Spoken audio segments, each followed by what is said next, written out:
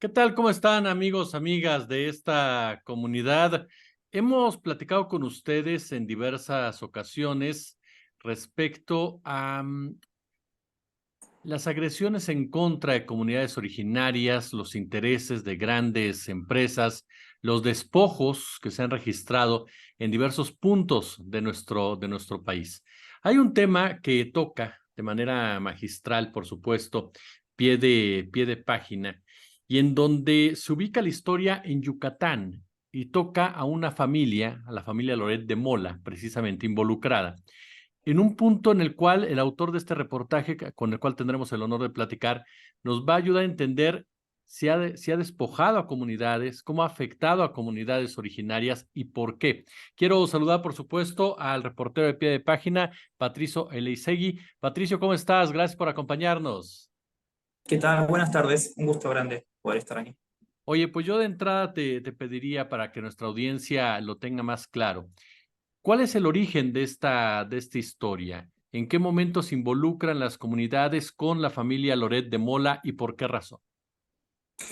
Bueno, a ver, hay un proceso de resistencia, digamos, y básicamente de reclamo por parte de la comunidad ante los altos niveles de contaminación que inicia hace aproximadamente un mes y medio, más o menos, ¿no? Que es justamente en una de las situaciones más fuertes de afectación de la salud de la población a partir de que esta megagranja de cerdos que está ubicada en Santa María Chi. Para poner un poco de contexto, Santa María Chi es una subcomisaría que está más o menos a 20 minutos del centro de Mérida, en Yucatán.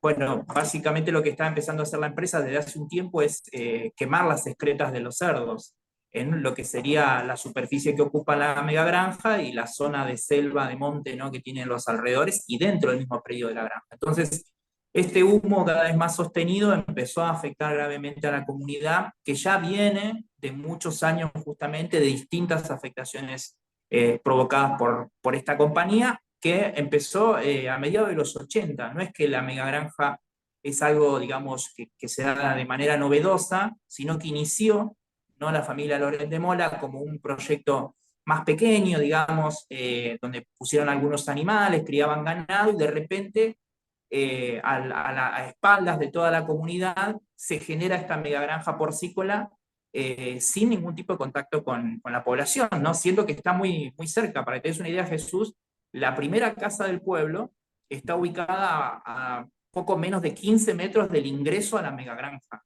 ¿no? O sea, es un caso, yo realmente en el territorio de Yucatán nunca había visto una cercanía tan grande entre un foco de contaminación tan importante con los hogares, ¿no? Entonces, esto se empezó a disparar en los últimos años y ahora llegamos a esta situación mucho más grave ya con estas excretas que se queman y la gente que está respirando ese aire envenenado. Hablamos, tú me corriges, por favor, Patricio, de 500 personas, de 500 habitantes, precisamente, que ahora sufren también amedrentamiento. Exactamente, sí. Lo que hizo la población en un principio fue generar un campamento a alrededor de 50 metros, ¿no?, del ingreso de la granja, porque ¿qué es lo que ocurre? La familia Loret de Mola en ningún momento entabla conversación con las familias. O sea, desde que compran esa tierra a mediados de los 80, ¿no? Eso que era una hacienda enequenera que transforman en un lugar donde ponen ganado, hasta que hacen esta mutación hacia una megagranja porcícola, en ningún momento la comunidad fue notificada de esto que se estaba llevando a cabo. Y esto sigue hasta el día de hoy, ¿no? Entonces, lo que hace la comunidad ante la imposibilidad de tener un diálogo es generar un campamento, ¿no?, exponiendo justamente esta contaminación, dando cuenta a nivel mediático de lo que está pasando, pero la empresa sigue sin comunicarse justamente, pero lo que activa en definitiva es un procedimiento de vigilancia de los vecinos, ¿no? O sea, ante las primeras comunicaciones que surgen, los primeros artículos, los vuelos de dron para ver qué estaba pasando dentro de la granja, la empresa despliega, ¿no?, personal para vigilar los caminos aledaños, para de repente filmar a la gente que pueda estar ahí tratando de tener algún tipo de registro periodístico y seguir de alguna manera también a los mismos vecinos a ver dónde se juntan, con quién hablan, quiénes son los que están liderando justamente el campamento. Bueno, todo un proceso marcado claramente, ¿no?, por la ilegalidad, porque están avasallando libertades y derechos. Bueno, así es como funciona y la comunidad termina siendo rehén, básicamente, de este sistema de vigilancia que ha impuesto la empresa.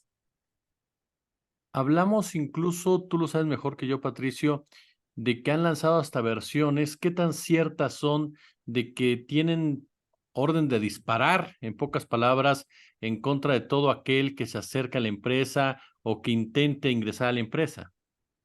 Sí, esas son rumores y versiones que pusieron a circular hace poco más de una semana.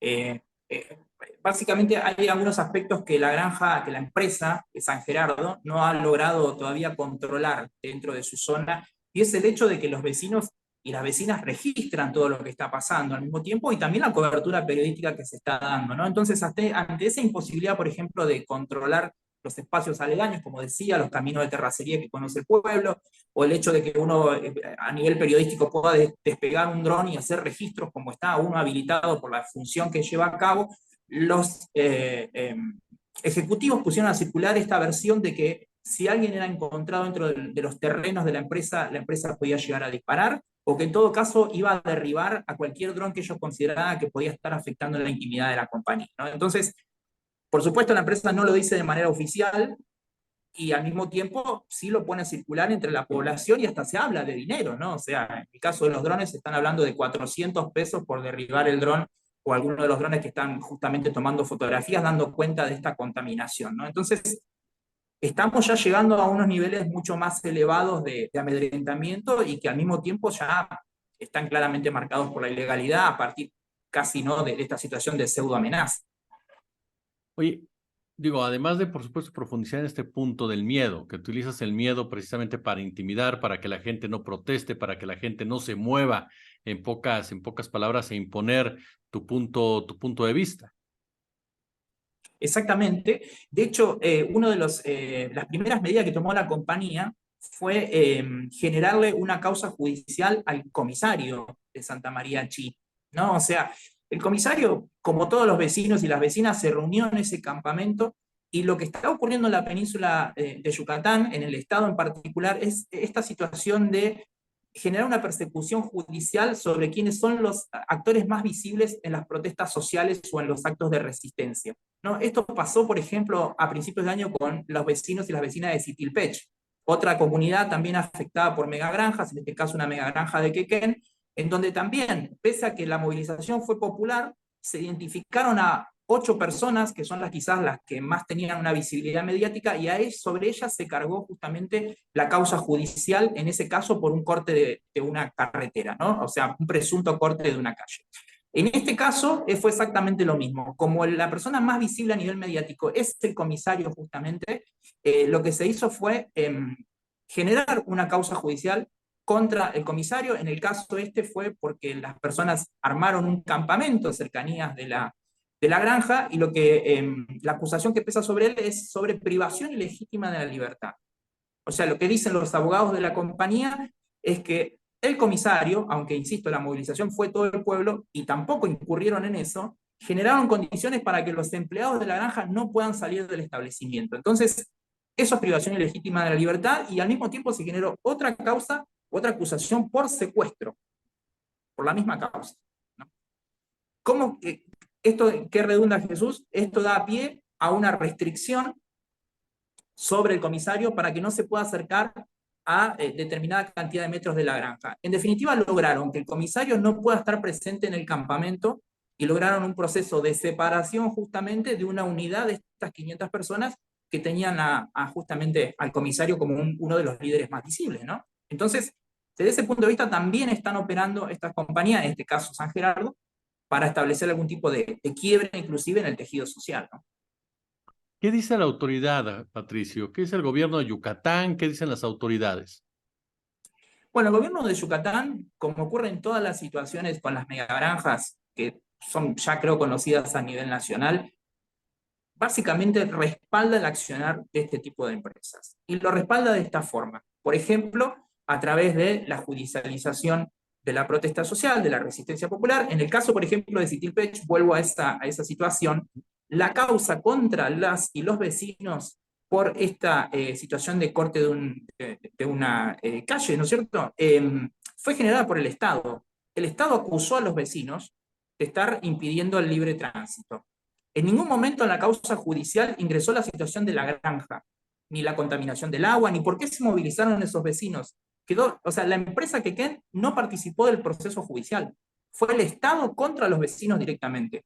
En este caso en particular, la posición que está teniendo el Estado y la alcaldía de Mérida es no tomar parte del problema.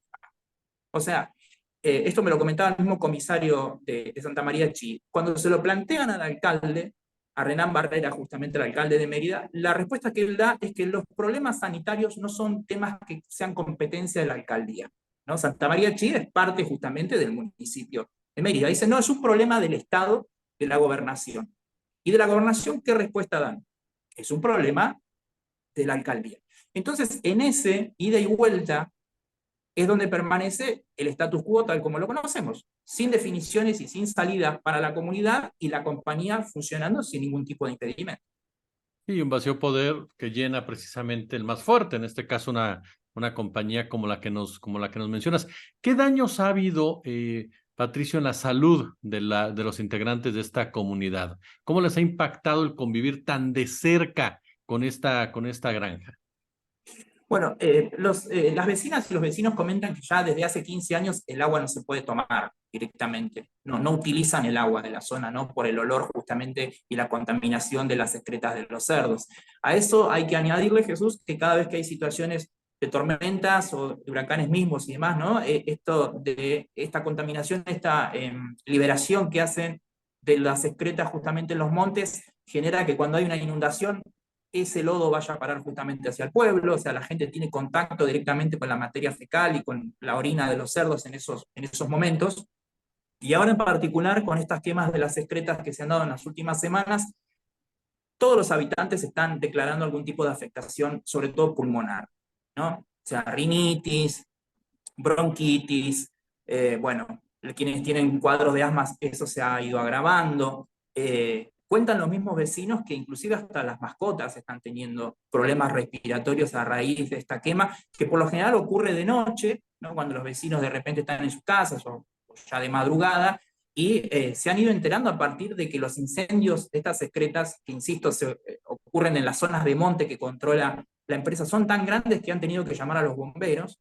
Entonces ahí es donde de repente se empezó a dar una suerte de visibilización más grande del problema. Pero todos declaran problemas pulmonares, problemas respiratorios y obviamente esta contaminación del agua que ya lleva más de una década y media. Sobrevivir en la pestilencia, titulas una parte de tu excelente trabajo, Patricio.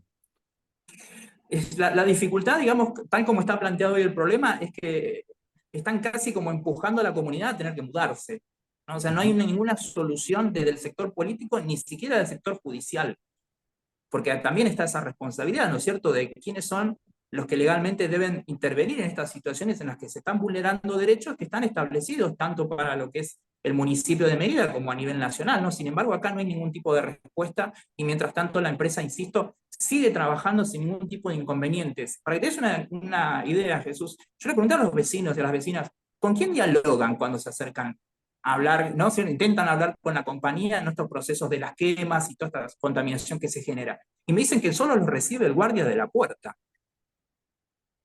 No, Nadie más. Jamás han hablado con un directivo de la empresa porque la empresa tiene la voluntad de no dialogar directamente con la comunidad que está afectando y que, insisto, su primera casa se ubica a menos de 15 metros del ingreso de la granja. Patricio Leisegui, usted acaba de escuchar, gran periodista a pie de página. Échele un ojo a este excelente trabajo que están llevando a cabo precisamente en pie de página relacionado con esta granja, con todo lo que sucede ahí en Mérida, con esta comunidad maya y por supuesto con la familia Loret de Mola, estas megagranjas, por cierto, que son una triste, triste realidad de las comunidades y que termina, por supuesto, impactándolos y, por supuesto, sin ningún tipo de beneficio en ningún sentido, ni monetario, ni de desarrollo, y todo para unos cuantos. Querido Patricio, de verdad te agradezco muchísimo estos minutos para nuestra comunidad. Jesús, bueno, un gusto grande y muchas gracias por darle espacio para que se conozca también a nivel nacional la situación que está viviendo la comunidad de Santa María Chica. Muchas gracias.